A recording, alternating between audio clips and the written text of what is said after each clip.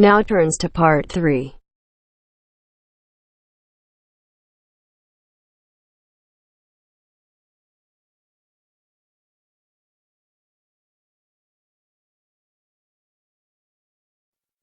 You will hear 2 engineering students, a woman in her 6th year called Linda and a man in his 5th year called Matthew, discussing the benefits of student work placements. Before you listen, you have some time to look at questions 21 to 26.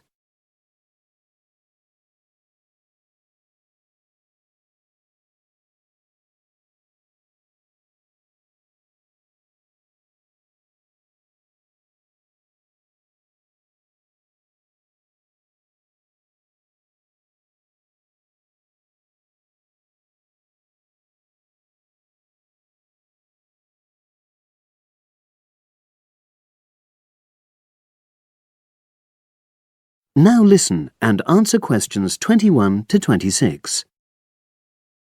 Hi, Linda. Can you spare a few minutes?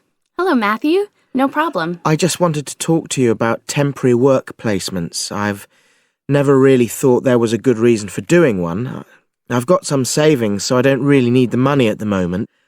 But I've had an email from the university about a vacancy that looks quite interesting.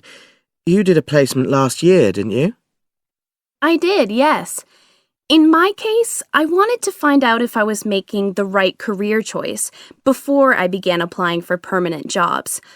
I thought I wanted to work in car manufacturing, but I wasn't sure, so I applied to Toyota. What was the application process like? Lengthy. There were a lot of different parts to it. The dullest one was a psychometric test. You know, when you have to answer loads of questions about yourself. And you're trying to guess what's the best thing to say. Yes. Then there was an activity that we did in groups, which I found really fascinating. Engineers are renowned for being a bit unsociable, but I thought we made a great team. And we had an individual task too. We had to sort through various business documents and prioritize them. It was just like what you have to do as a student, really, just with different content.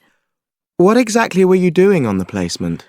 I was helping to design some diagnostic software to identify any waste in the car assembly process. Do you mean waste of materials? No, time.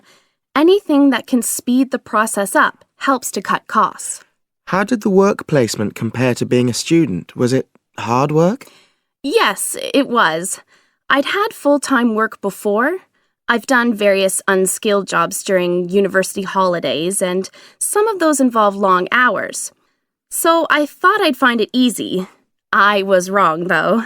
I think when you're on placement, you're always trying to prove yourself. So you push yourself hard to succeed? Yes. But I got a lot of support from my employers. They were always helpful. And then, at the end of the placement, I was given formal feedback. Do you mean on your engineering ability? Well, no. I didn't really need that because we had team meetings every other day. And so I had the chance to discuss technical issues and ask about anything that wasn't clear. The evaluation was about general workplace things, like organizational ability, initiative, that sort of thing. I get the impression you think you benefited from the placement. Well, the best thing is that they've offered me a job for next year. Depending on my exam results, of course, but still. A permanent one? Yes. But apart from that, I learned so much. The industrial environment was much more demanding than the academic one, so my general skills improved, like time management, meeting deadlines. And on the technical side, I learned new software packages, like MS Project. Well, I think you've convinced me that work placements are worthwhile, but while you're here, can you give me advice on something else? Before you hear the rest of the conversation, you have some time to look at questions 27 to 30.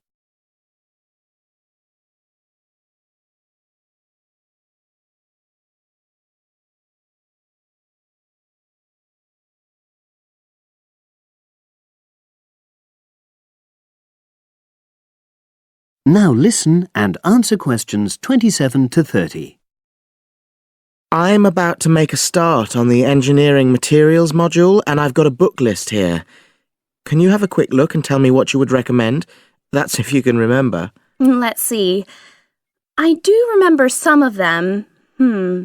Yes, this one, The Science of Materials. I found the subject quite hard generally, but this book is very accessible, so it suited me. It doesn't cover everything, though. What about this one then? Materials engineering. Oh, yes. I do remember that. But it's a bit out of date now, isn't it? Unless it's a new edition. I don't think so. But what I liked about it were the pictures. They really helped to understand the descriptions. It's useful just from that point of view. Let's see, what else? Oh, yes, that one there, Engineering Basics. I think out of all these, that's got the widest coverage. But I've looked at the contents page and it hardly mentions nanotechnology. Yes, you're right. The evolution of materials does, though. It's a recent publication, so it covers all the latest developments. It's a bit thin on the 1960s, though, and that decade was quite important. Well, it sounds as if they all complement each other in some ways.